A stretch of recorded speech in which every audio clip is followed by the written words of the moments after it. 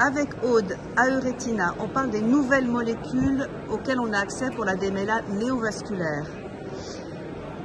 On a un espoir de durabilité. Est-ce que cet espoir, dans ton expérience, toi qui es le produit en Suisse depuis quelques mois ou quelques années, est-ce que c'est un objectif qui est atteint, la durabilité? C'est en tout cas un objectif auquel on s'attache beaucoup, nous cliniciens, puisque c'est vraiment quelque chose qui a été démontré dans les études pivot avec ces nouvelles molécules. Et je pense que c'est un argument fort pour effectivement montrer un vif intérêt par rapport à ces nouvelles molécules, puisque finalement, nous, ce qu'on souhaite pour nos patients, c'est réellement d'obtenir une durabilité, puisque durabilité signifie moins de charges thérapeutiques en termes de visites et en termes de nombre d'injections. Donc je crois que cet effet durable, il est tout à fait central, sans effacer l'effet de l'assèchement qui est important aussi, puisque sur le plan visuel, ça va donner lieu à certainement des améliorations plus importantes sur la vision in fine.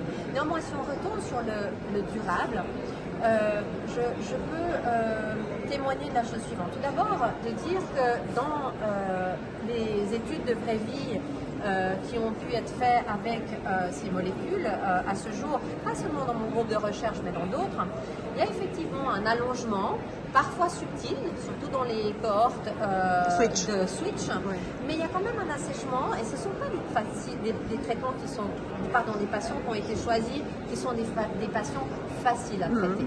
Donc on voit cette durabilité dans les vrais. Ma propre expérience est aussi d'aller dans ce sens-là, en tout cas pour les molécules que j'ai pu avoir en main depuis maintenant bientôt 2 ans, soit celles où on peut aller déjà dans un test de durabilité, on a effectivement un allongement en moyenne de l'intervalle entre 2 et 3 semaines pour les cohortes switch. Oui, c'est quand même appréciable.